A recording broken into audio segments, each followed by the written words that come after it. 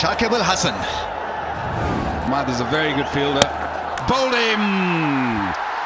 দীর্ঘ 6 মাস পর প্রতিযোগিতামূলক ক্রিকেটে ফিরেছেন সাকিব আল হাসান।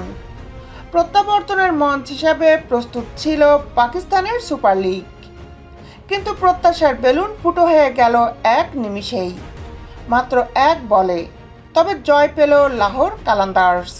গতকাল রবিবার রাতে রাওয়ালপিন্ডি ক্রিকেট স্টেডিয়ামে লাহোর কালান্দার্সের হয়ে অভিষেক ম্যাচেই ব্যাট হাতে নামেন সাকিব আল হাসান, কিন্তু ব্যাট করতে নেমে গোল্ডেন ডাকেই ফিরতে হয়েছে বাংলাদেশ দলের সাবেক এই অধিনায়ককে।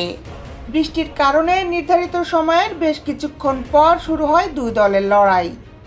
13 ওভারে নেমে আসা ম্যাচে প্রথমে ব্যাট করতে নেমে নির্ধারিত ওভারে 8 উইকেট হারিয়ে 149 রানের পুঁজি পায় লাহোর কালান্দার্স। সর্বোচ্চ 7 রান করে আউট হন ফখর জামান। আরেক ওপেনার মোহাম্মদ নাইম করেন 22 রান। আর 7 নম্বরে নেমে আহমেদ ড্যানিয়েলের বলে বোল্ড হন সাকিব।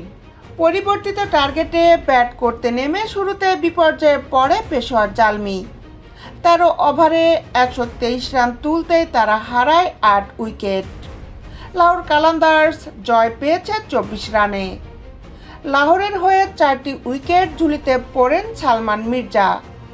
বল হাতে সাকিব 2 ওভারে 18 রান খরচ করেন, অবশ্য কোনো উইকেট পাননি।